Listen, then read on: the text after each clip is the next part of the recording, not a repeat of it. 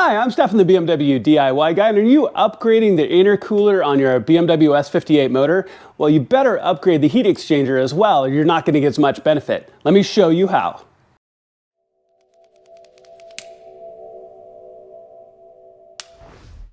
All right, y'all, so let's talk about this project before we do it. And the reasons why I really feel you should do this. Now, your heat exchanger is the radiator at the front of your car that's dedicated to your intercooler. Your intercooler is what helps cool the air coming off your turbos down into your motor.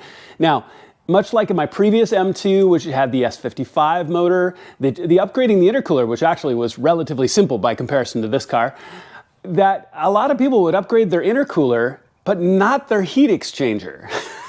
So the intercooler is doing a better job of soaking up more heat and sending more heat to your heat exchanger, but the heat exchanger was the original OEM, which was smaller and was less dense, wasn't doing as good of a job to keep up. So you'd end up in the situation where your intercooler is doing a better job, but your heat exchanger isn't, and you're not getting nearly as much benefit. Now, the S58 motor is the same way. Upgrading the intercooler is a really good upgrade depending on if you're going to push your car a little bit more, you're going to tune it, do those sort of things. I highly recommend it. But pretty much as a match set, you have to upgrade the intercooler to go with it as well, or you're not going to get as much benefit. You're going to soak up more heat, but you're not going to be able to expel more heat out the front.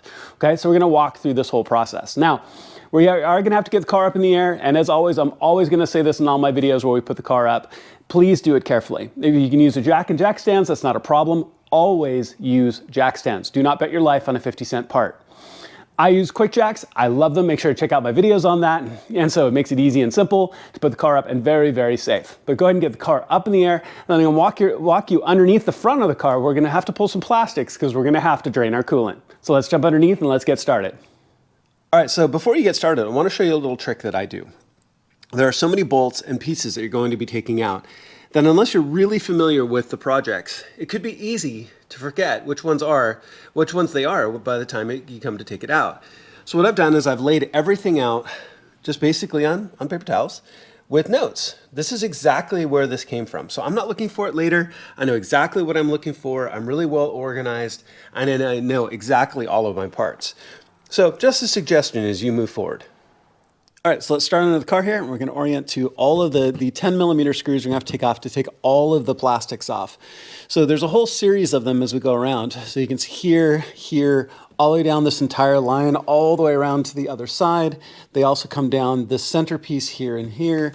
You're also going to want to take off the 2 on each side, 10 millimeters here and here. They're all the same screws here and here that secure these plastics to your underbody tray as well. Now, in addition, there are 2 10 millimeters here and here in each wheel well. You could potentially take your tire off if you wanted to. I don't see any reason you could just reach up and just take these out, to take all these trays out, okay? So I'm a big fan of an impact wrench, so go ahead and just use that and a 10 millimeter socket and get all these off. I'm gonna walk through all of them and then I'll show you what it looks like when it's done. All right, so looking at driver's side, you can tell all the plastics are off now, all the way across. I'll walk through it here really quickly. It's actually 3 screws on the side, 1, 2, and 3 back here in that corner to drop that corner piece out. But there's kind of an L shape or U-shaped piece that goes here in front. So that one comes off first. And then there's all of the 10 millimeters down the nose. Then the center piece drops out with all of the 10 millimeters, keeping that on. And then these corner wings will come out with the 10 millimeters across front and these 3 across the back, and it'll all drop out. Now do be careful. You probably have a lot of gravel. I mean, my car's only got 3,000 miles on it, and I'm amazed at the amount of gravel that came out. So just be careful you don't get anything in your eye. All right, so go ahead and get all that and set that safely aside, and we're gonna move on from there. All right, so the last bit of plastics you're going to want to remove are these back here on the back side of your main tray. Again, 10 millimeters all the way down. So pull them all the way down this edge, feed this out, and there's 1 on each side. Then we're going to get to the braces underneath, but we'll talk about that in just a second. So go ahead and remove these last 2 pieces of underbody plastic. So once those last bits of body plastic are off, now you may be a little bit tight if you're using a Quickjack like me. There's 2 screws that are probably going to be covered by your Quickjack.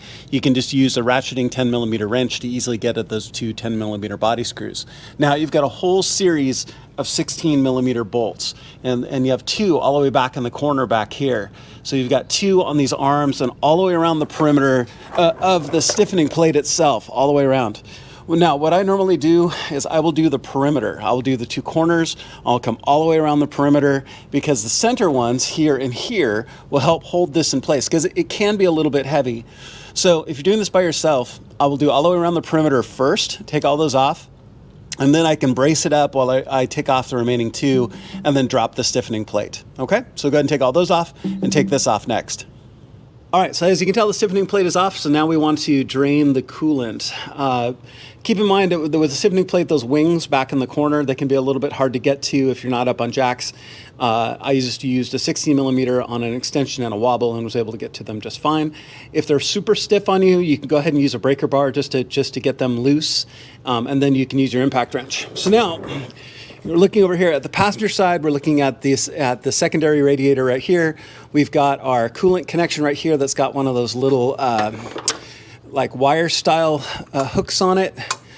You just want to reach in and pull the pin on that out and then back this off. And you're going to want to have a bucket or something similar to catch all of the coolant that's going to come out. So I'm going to do both sides. You do the passenger side first and then go ahead and do the driver's side and pull these connections and get all of your coolant out. All right, so here we are looking at the driver's side of the car. You can see the oil cooler right here. And now that the front plastics are off, we can see the bottom connection. This is the hose for your heat exchanger right here. So you're gonna wanna use like a hooked pick tool, get up here and pull down on that little kind of a little horseshoe collar that goes around and holds it in place, pull it down, and then back this hose off. Now, be prepared because you should have a bucket ready. You're gonna get coolant out.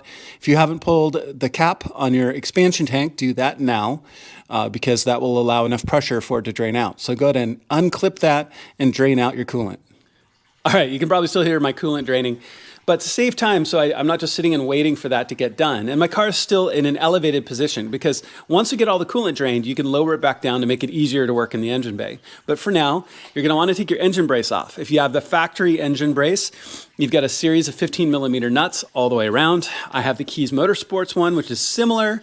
Now also, if you're following this with a G80 or an M2 for that matter, so an M3, M4, or an M2, there's a little bit of space difference. In the M2s, your plastics come down and partially cover the nuts here of your brace. On the G80s, it doesn't. So go ahead and pull those out to get your engine brace off, then go ahead and pull your engine cover off. All right, so go ahead and get that done while we wait. All right, y'all. So car's back on the ground as the coolant's all drained out, so we're good to go there. Now, we're gonna wanna take our intakes out. I have aftermarket MST intakes, so that's gonna be a little bit different.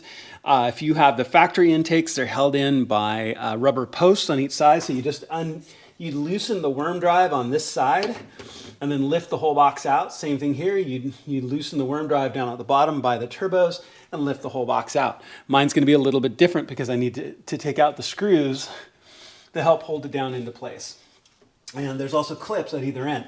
But take your air boxes out next.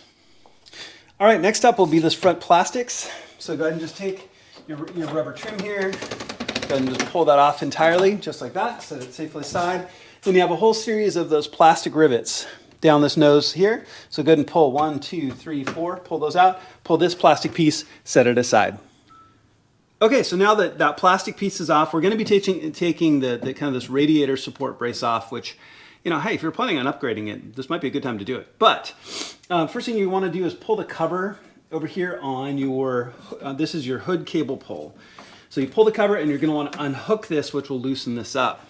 Then, as we look around, we're gonna pull a series of T40s. 1, 2, 3, and then 1, 2, 3, 4, 5 T30. So go ahead and pull all those out. And then these should be 13 millimeters, 1, 2, 3, 4, 5, 6 right across the top. We're gonna get all of those. Now there's some pop clips here in the front that we're gonna have to get to, but go ahead and take your hood latch, pull off, go ahead and pull your T40s, go ahead and pull your T30s and your 13 millimeters, and then we'll deal with this front edge, and then we'll take this brace off. All right, y'all, so a couple of quick additions. We almost have this brace out. So first of all, there actually is a fourth T40. It's right here.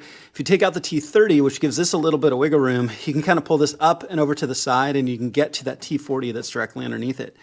Now, they're difficult to see, but right here, you should see the head of one of those typical BMW expanding plastic rivets, you know, with the plastic post in it, like you took out on that plastic trim piece across the top here. There's 1, 2, 3, 4.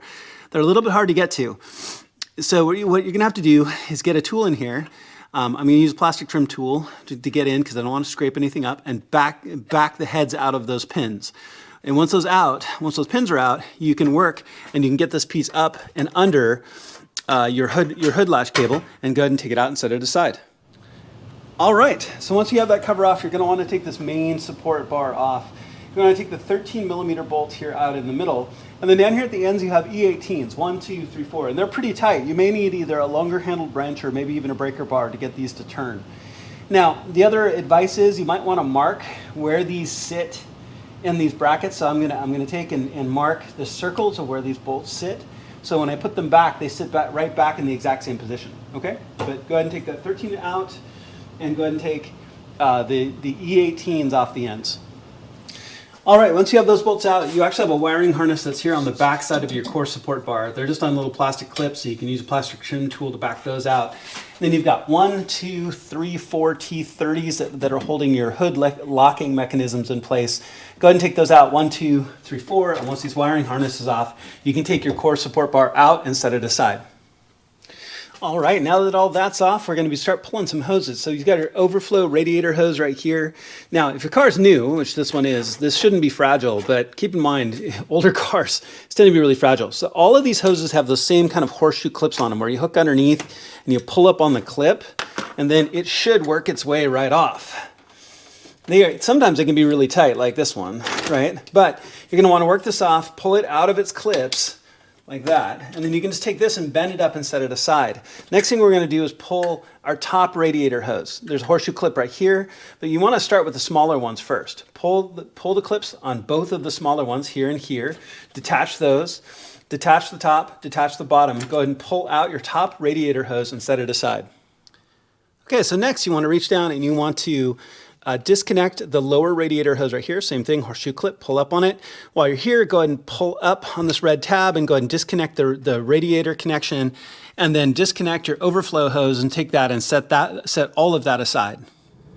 So catching up a little bit, so there are 1, 2, and 3 T30 screws. You take those out, and then you can lift your fan shroud up off those clips. You have to wiggle it past the post a little bit, past the hoses a little bit, but it will fit up and out. So go ahead and take that out and set it aside. Now you can see the bottom part of your engine brace down here. You can see all the way down on the bottom. You see a 16mm and a 16mm bolt down there at the very end of the brace. You'll want to take this hose and unclip it. It's on a plastic post, so go ahead and just, again, take your plastic trim tool, pull it off the post, go ahead and pull both of those 16mm bolts, and go ahead and take this out. Now, you should be able to reach it from above. Worst case scenario, you could put the car back up in the air if you had to and get at it from underneath.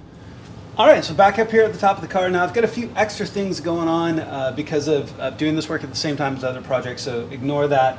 We're gonna wanna take this cover off. It's held in by 2 tabs on each side, so you just kind of work its way up and off. You can take that and set that aside. If you haven't unhooked the top hose, just pull up that little horseshoe clip, back the hose off, and that should be good to go. Now, it is essentially loose at this point, but there's a clip we have to get down to here in the front.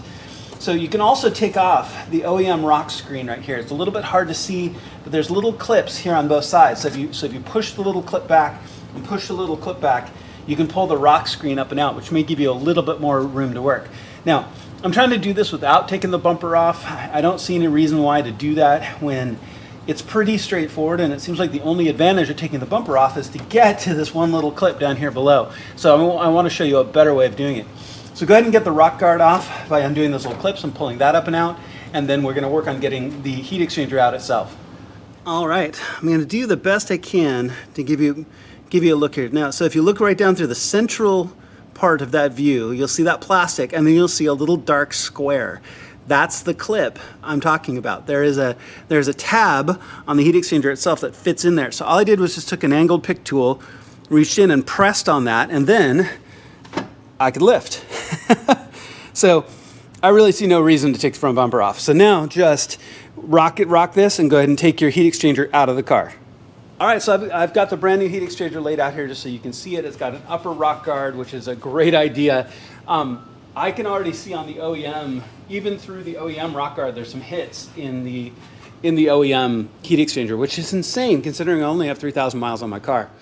Now, I have a manual transmission, so if you have an automatic, you have an additional radiator that sits across here and some additional work that I'm not going to be able to duplicate for you today because I have a 6-speed manual.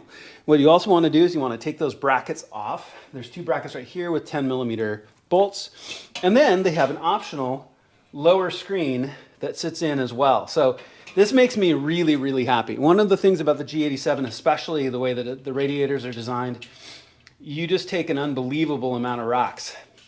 So the fact that this has an upper and lower makes me very, very happy. So go ahead and put the optional lower screen in place if you have the manual, and then we're going to see about fitting it in.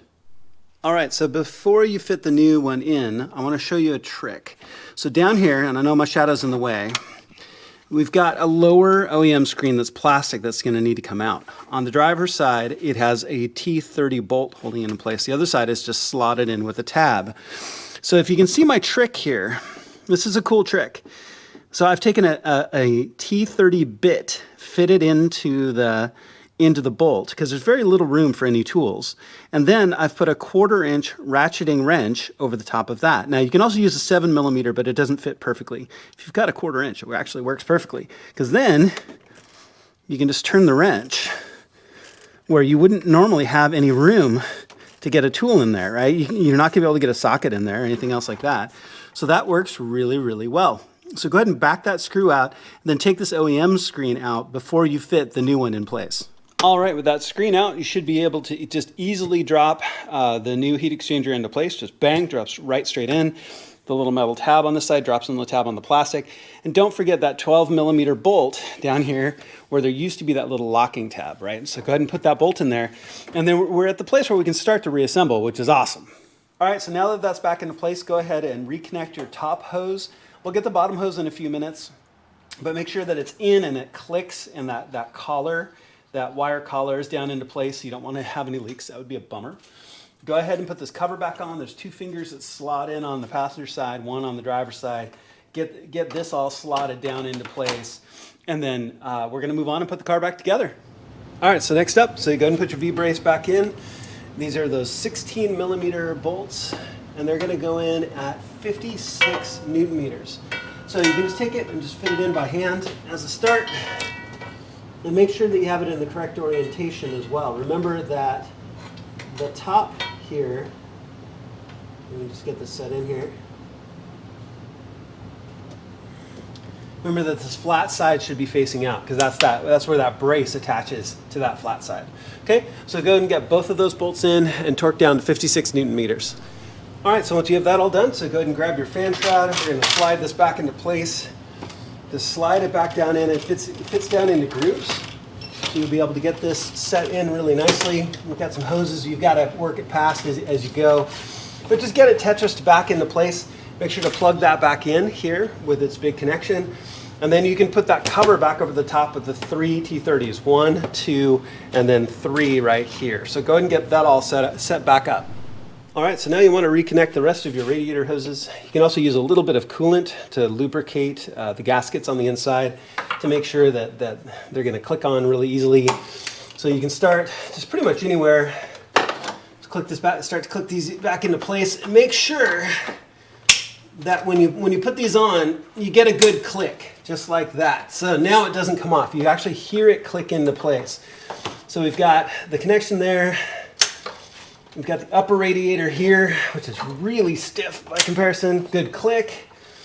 This mid connection, these 2 branching ones there, good click there. And we're going to get a good click here as well. Just like that. Go ahead and get your lower radiator hose over here, and then also you can reattach your overflow back at the tank, back into your clips across the top, and here to the top of your radiator. All right, so now you're going to want to reinstall your main support bar, and you're going to do 2 things. Set it into place, but also go ahead and grab the V of your engine brace, because we're going to put both 13mm bolts in just snug to make sure that it's all lined up properly. So I've just laid this in at either end. It's not secured with the nuts at either end, but it's enough to make sure that this is lined up really nicely. So go ahead and put both 13mm in here and get this to get them just snug and set. All right, so once you have the center set, you can take these E18s and you can place them here on the outside. We're not going to torque them down yet, So go ahead and just get them in, kind of hand tight for now. Remember, we marked these earlier, so we can get them recentered really nicely when we torque them down. But go ahead and just get these set. I notice that I have to move them just a little bit seemingly to center them, but that will matter even more once I line up to my pencil marks. So go ahead and get that set in. And then you want to put 1, 2, 3, 4. Go ahead and put your T30s back here, securing your hood locks or your hood latches to your support bar. All right, so once those are in, you want to snug down these bolts, 56 Newton meters, just like that. Same thing on the outside on these E18s. So go ahead and get those done. Your T30s are like 7 Newton meters, so they're basically just hand tight. So all 4 of those hand tight. All right, get that done. All right, so now we want to reinstall the radiator brace. This would be a great time to upgrade it if you were going to do that. I'm going to regret not having an upgrade of this right now. Slide it underneath your hood cables and slide it down into place. And don't forget, you have 1, 2, 3, 4 of those like pop rivets, those plastic expanding rivets. So as you fit this down, you may end up having to pull the nose kind of up and back a little bit to get this to fit back down into place. It was a little bit of a wiggle to get it out before. So settle it back down into place and then go ahead and put those 6 13 millimeters, 1, 2, 3, 4, 5, 6 back across the top. Set, and you have these bolts in place. You can put the 4 T40s back in, 1, 2, 3, 4. You can put the 5 T30s, 1, 2, 3, 4, 5 back in place. These are torqued down to 28 Newton meters all the way around. So go ahead and get those all nice and secure, and then you can clip your hood pull back into place after that. All right, so now you can reinstall your intakes. Now keep in mind I have the MST intakes, so they're a little bit different. If you have the OEM, you're going to fit it back down into place, fit those feet on, and clip it down over your intake on each side. So go ahead and reinstall the right and left intakes. I'm going to reinstall my MSTs on both sides, which includes screwing them into place. So it's a little bit different, but go ahead and get your intakes reinstalled and we're going to move on. All right, so if you haven't done so yet, go ahead and take this plastic trim piece, fit it back into place. Keep in mind it's got little fingers that go underneath these little center plastic arms here. So you're just gonna press down on them and go in. There's 1, 2, 3, 4 pop rivets. Go ahead and put all those back in. Just simply push them into place and press. So once you have all that done, go ahead and put your head seal gasket back on. It just goes all the way around. It should only go kind of one direction because it's curved, just from being on the car. So I usually just even it up on both sides, find about an even measurement because it goes underneath the front quarter panel just a smidge. So I just even it up on both sides and you put it down over this track right here in the center. So go ahead and get that all sealed down and then go ahead and take your engine cover, go ahead and take that and set it back into place as well. Just like that. And we're almost done. All right, so before we put the cross brace on, just double check everything. Make sure you don't have anything unplugged. All your fittings are in and good. I don't have the top plastics on yet, of course, because of the way the M2, that plastic comes down over the top of the bolts a little bit. In addition, make sure to check this. If you unplug this to help get your intake in and out, make sure it's plugged back in. But really do a quick walkthrough to make sure you're not missing anything in your setup and you don't have anything left unplugged, any clips undone and the like. If not, go ahead and put your engine brace back on, whether it's the OEM or in my case, the Keys brace. All right, so one last check here at the top before we crawl back underneath the car. So make sure all of your plastics are back on. Now keep in mind this is 56 Newton meters and the nuts are 28 Newton meters. Now this bolt is 56 plus 90, which means it's a stretch bolt. Now BMW suggests replacing it. I've seen people replace it or not, so that's up to you. But get all your plastics all down, get those plastic expanding rivets in, those push rivets all set, get everything tied up here up top. Now we're going to crawl underneath and we're going to install the stiffening plate. And in the M2 case, at least I found those 4 bolts out at the very ends of the wings, right? In the G80s frequently are 21 millimeter bolts. In this case, I've got 16s all the way around. I usually will attach the center bolts first, just like when we took it off. I'll suspend the plate up and I'll attach from underneath. I'll show you that when I get underneath the car. Now BMW also does recommend replacing those bolts. Those are 56 Newton meters plus 90, which means they're stretch. So you could potentially replace them all. I've seen a lot of people reuse them. It's entirely up to you. Okay, so let's get the car back in the air and let's get the stiffening plate on. All right, so here underneath the car, you can tell I've got the stiffening plate on partially. I've got 2 of the center bolts on very, very loosely because I want it to be able to move. You don't want to tighten it down yet because you want to be able to shift it around to get it in place, especially those wings out at the far end. Okay, so you just fit it back up into place, hold it there. I'm going to put all of the rest of the 16s in all the way around. Once I've got them all in and I feel like they're threading in cleanly, they're not, the plate isn't misaligned at all, then I will start to tighten them down and then torque them down to 56 Newton meters. Also, while you're here, make sure that any coolant hoses you pulled from underneath are reconnected and you get a good solid click, which means the hose is on.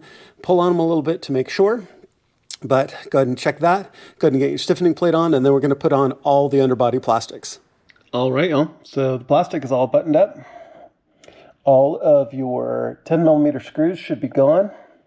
Now, one quick hint, if you're using Quickjacks like me, 2 of the screws on the very back of those wings, those plastic wings, are very hard to get to. So what you can do is you can put it back on the ground and then use a standard floor jack to get it up in the air on the jack pad, and you can easily get to those 2 screws to put them back. So I actually have 4 screws left over right now because I'm going to put them on after I get the car down off the Quickjacks.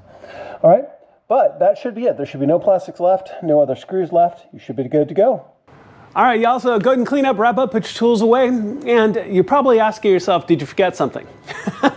I didn't.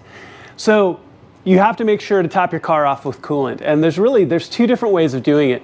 Now, if you have a vacuum bleed system and a air compressor, that is the best way to do it. And so use that tool if you have it handy. If you don't, you can actually use the car itself to cycle the entire system. It just takes a little bit longer, takes some patience and time, and a trickle charger that plugged in as well, just so you don't kill your battery, right? So those instructions will be in the video description below. Make sure to check them out. Make sure to follow this step. You might be able to hear it running in the background. My water pump is running right now. It's probably the 5th pass, and I added just a little bit more, so I think we're really close to caught up and done. Thank you so much to CSF for making such a great product in this heat exchanger. Now, it's really important, guys. So just like in the S55, the previous, M3, M4, M2C, the S55 motor, a lot of people would change their top mount cooler, but wouldn't change the heat exchanger for whatever reason. So you'd be sucking in all this extra heat, more efficient, better, greater capacity, intercooler, sending it to the same heat exchanger that can only send out so much. So as you go into a build in your car that could potentially be asking more of it, driving in hot weather, all those sort of things, a good heat exchanger, an upgraded heat exchanger, is a big deal. So make sure to check that out. Thank you to Keys Motorsports. I got this from them. They're fantastic people. The links for the product will be in the video description below. While you're there, please make sure to click like and subscribe. It makes a huge difference to my channel, and I would really sincerely appreciate it. And that would give you a great way of hearing when I've got new content coming out for the M2. There's a bunch coming, plus new model reviews and all kinds of other stuff. Thank you so much for watching. I really appreciate it. I'll see you on my next project.